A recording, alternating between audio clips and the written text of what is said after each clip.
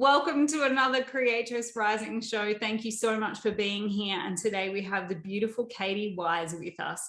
Katie is from Boulder, Colorado, and she is a conscious music artist, fusing the sweetness of devotional mantra with folk rock and roots Americana. She is heart-centered. She has yogis who love rock and roll and who are flocking to sing along with Katie and her band Bhakti Explosion to get their bodies and their spirits soaring. Welcome, Katie, and thank you so much for being here. Thank you so much for having me. It's such a pleasure to be here. Okay, so Bhakti music means devotional, so you just shared with me. And devotional music, what is devotional music to you? Well, you can see I've got my little harmonium and my altar back there with Durga and her friends. So devotion, Bhakti means devotion, and devotion is singing. In this term, it's singing the names of God, and most of them are Hindi or Sanskrit names, but it's laying down our voice as a devotional act. And so it's said to be that in this time, in this Kali Yuga that we are in, the quickest path to God is to sing God's name. It's like we're in a time of darkness, and so singing, if you're in the dark, singing is a great way to find each other. Oh, I love that. I love that. That's so beautiful. Yeah. And so how did you get started on this path to music? You know, it's quite a variety there, roots Americana, folk rock, and mantra. How did that roll together?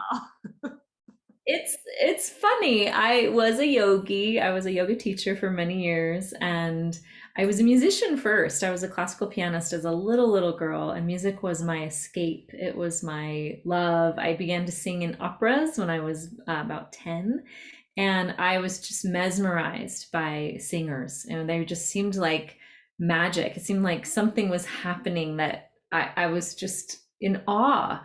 And I never really thought about, when I was a yoga teacher, I would sing at the end of classes, and people would ask if I had a CD, and it was like, oh, no, I don't do that. And then somehow I found my way to a kirtan workshop, and I played the harmonium for the first time, and some fire lit in my soul, and pretty much everything that wasn't mantra music just disappeared. And the roots Americana, my dad was a lover of rock and roll, and he would play his rock and roll songs as we would take road trips around Montana. And so I've always just loved classic rock and Americana music. And somehow I was like, I want to sing mantras, but I don't want them to feel so other. I want them to feel like everyone can sing along. So we mash up Free Fallin' with a Saraswati mantra, and then people are singing along, and then they just kind of find themselves singing the mantra as well. Beautiful, beautiful. And so for you, singing, how much of that is centered in your body? That's a great question. So for me, when I speak about the throat chakra, which is, this whole energetic and physical part of our body, there was a long time where my voice and my body were sort of separate, and I was living a life that was not quite my full passion. I loved my life, but I didn't love my life. And when I started singing more, I feel like it opened this gate between my mind and spirit and my body. And that throat chakra being open, now there was no way that I could override my no. There was no way I could say yes to something that wasn't a full body yes. So to me, the voice and the body are one. And the more that we bring the voice home into the body, the more in alignment our words and our actions become. And then we create a life that we love fully, down to our toes. Yeah, beautiful. And so where do you like to take people on a journey with your music? Like, what is your intention and your soul activating? What's going on there for you? Yeah, well, I think that's a part of this that I love so much is it's participatory. There is no way that you can come to one of my shows and not sing. I don't care if you don't call yourself a singer. By the end of the night, you will be singing. Yeah. And I like to also, I like to utilize these stories and these deities as metaphor. So if we're chanting to Durga, we're chanting to the part of us that is fearless in our purpose. We're chanting to the part of us that is courageous. And I like to get people singing, but I also like to get their bodies moving. And so I almost always have at least one embodiment practice in every show. And I have the entire audience like up, shaking and swaying and moving and singing. And at the end of the night, they're in a different place. Their daily stresses are gone. Their separate ego identification is gone. It's like we are all one and we're all in it together and we're all looking around at versions of ourselves and we're all in love. And that's pretty amazing. Yeah. There's something that happens, and you can experience it through meditation, but you can also experience it through dance and through movement, is that aspect of leaving your mind and entering that trance-like state. And Dr. Joe Dispenza now, he's been doing lots of, he's hooking people up to the machines and their brains and looking at this utter transformation that can happen in an instant. And he does it all through meditation, but I've experienced levels of transformation through dance as well. What kind of things have you experienced through dance and devotional music? What kind of miracles and transformations do you get to witness? Oh, I mean, where to even start? Yeah. I mean, mantra literally means mind vehicle or mind release. Mm-hmm. So we are literally transcending the body and the mind. We are taking the mantra. To me, I always say that, the mind, the monkey mind, right, is just sort of going. And if we give it a mantra, it's like giving that monkey something to hang on to. And then it gets sort of lost and it gets it goes somewhere else. So, I mean, just speaking personally, I was a compulsive hair puller. I had trichotillomania from age 11 until 3 years ago. And when I began, and I literally could not stop. I had bald spots, I had patchy eyebrows and eyelashes. It was so compelling and so rooted in my body and my nervous system. And after about 3 years of deeply practicing, chanting, being on tour, chanting all the time, it just I started to feel some sense of my nervous system shifting. And I started to feel like there was hope there. And then I entered a 12-step program for pullers, and I have been pull-free now, slightly imperfectly, for the last 3 years, and more perfectly for the last few months. So, wow. And I did not think that could change. I really had tried absolutely everything. And so I see that. I mean, I hear people send me these stories that just make me cry, where they're using my music to go through cancer treatment, and not only does it calm their system, but then they find they're cancer free, and I have no idea if it's the mantra or if it's their own body healing properties, but I know that it helps people feel more safe. It helps people feel more grounded in a world that is increasingly anxiety producing. Yeah. And I'd say that that's one of the most healthy things for somebody to feel right now is safe. Yeah. It doesn't matter how old you are, whether you're, a baby crying or whether you're an 80-year-old about to die alone, like to feel safe is something that could change humanity right now. Absolutely. And to center that safety within, so that it doesn't matter what the outer circumstances are. I mean, my life outside has gotten increasingly chaotic, but over the last 8 years, my mind has gotten so much calmer. I mean, I hate to say this publicly, but I'm one of the only ones in my family, my biological family, not on some sort of medication for mental health. Yeah. And I really believe it is the yoga, the embodiment practices, and the mantras. Amazing. Yeah. Amazing. And so if you could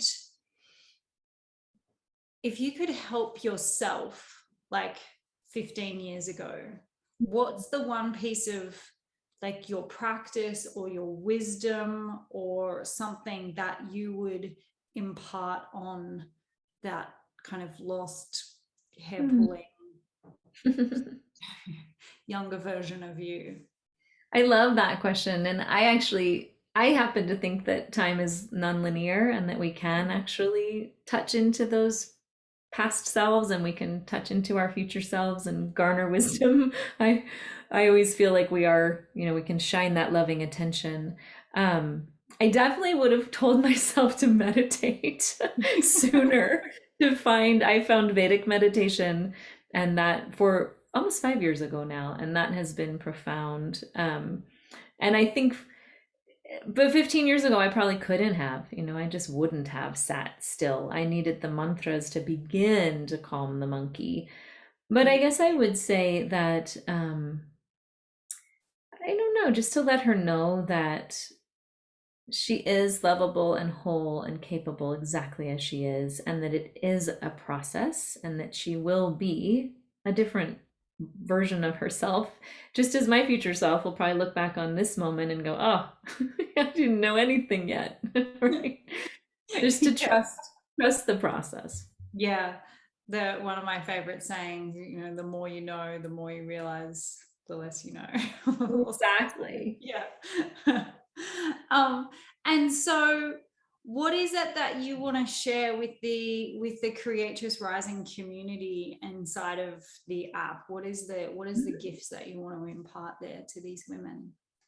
Well, I absolutely want to share. There's a practice I learned called chakra toning from a teacher named Joy Gardner Gordon. And it's really using the voice as a sound healing instrument. So it's a way to what I call an embodied vocal warm up, to warm up the voice before you're going to use it, whether it's speaking or singing. I just did it before our interview, just laid on the floor and toned each chakra. And I can feel my voice in my body in a way that it wasn't before those 5 minutes.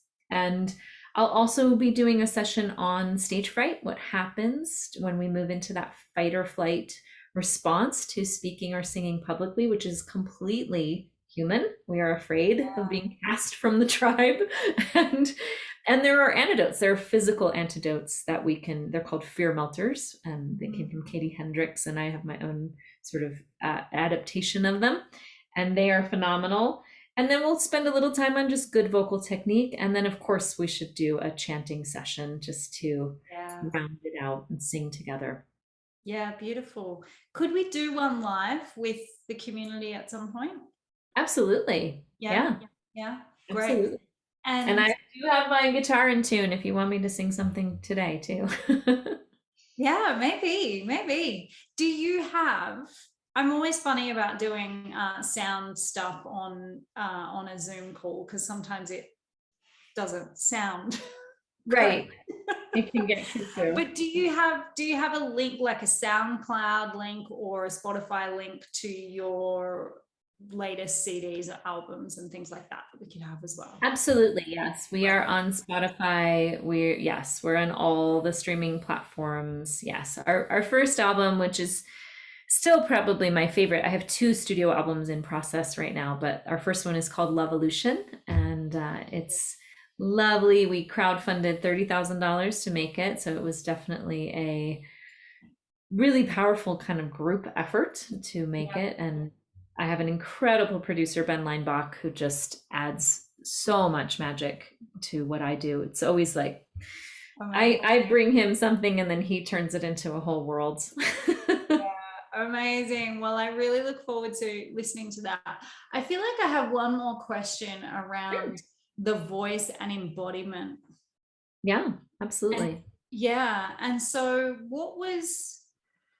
what's your process of, when did you realize that the voice actually comes from within your body and what's going on in your body and your mind and all of those kinds of things is all connected to your voice? Mhm. I'm sorry, when did I discover that? Yeah, when did you discover that, and how did that shift what you were doing, your results, I guess? Hmm. Yeah, I mean it's pretty wild because I feel like for me, like I said before, when I was kind of living uh, like I would say like 10 degrees off. It's like my life always looked very entrepreneurial and creative, but it was just like 10 degrees off of my true dharma. And when I started chanting and singing, I mean, it was like somehow it just trued me. It just brought me home. Like what I've always found is the mind, it's easy when we're speaking to be up in the mind. When we're chanting and singing, we have to drop into the heart. The breath opens the lungs. The voice literally vibrates through the chest. I mean, at this point, I almost always chant before I do anything. Like I spoke at a Wow. women's conference and I brought my harmonium and chanted first thing, because I know then everything I say after that point will be heart centered. Whereas if I just come out with my mind, nobody needs to hear my mind. You know? The visual that I get there is like as soon as you start chanting and you get into that place, and it's the same with if you're like doing a movement meditation or something, you just start releasing any of the blockages that are there. You start releasing, yesterday. You Hmm. start just releasing all of that. And the more you chant or move or dance or whatever it may be for you, then the more that you are releasing all of those yesterdays and all of Hmm. that, trauma and stress of the past. And you Yeah. can start showing up just in this present moment. Yeah, and I feel like what it opens, what I call voice with a capital V, right, is it's that voice where we can't help but speak our truth. We can't stop ourselves. I mean, I remember after I had been singing many years, we were going to my in-laws and I told my husband, I said, I'm not going to be able to play nice. Like, I'm not going to be able to sit back and not speak up. So, we're going to have real conversations. And we did. And it was powerful. And, it wasn't pretty, some of the conversations, it was like, but I could just feel that I didn't have the ability anymore to stuff my voice down and pretend. Yeah. And it transformed, didn't necessarily transform them, but it transformed my experience of being there. I could breathe because I had spoken my heart. Yeah. It was an experience of freedom. Yeah. Mm. And and everybody was okay. I mean, I think so much of the time we're so afraid if we speak our truth that we're going to lose something. And the truth is, if you can't speak your truth, you're going to lose something. And Mm. if you speak your truth and lose something, it wasn't yours to begin with. Yeah, that's so beautiful. Yeah, absolutely. We're in such a culture of playing nice. Yeah. But I think it's ending. I think the Yeah, the, the feminine is going, no. absolutely. And this is a big part of, your creatress rising is to own your voice, own your body, own your sexuality, own it and use it. Yeah. Yeah. Yeah. Perfect. Thank you so much for joining me, Katie. It's been such a pleasure interviewing you, and I really look forward to diving into all the content that you are gifting this beautiful community, this sisterhood inside of the Creators Rising app. Thank you. I'm so honored and thank you for your time as well.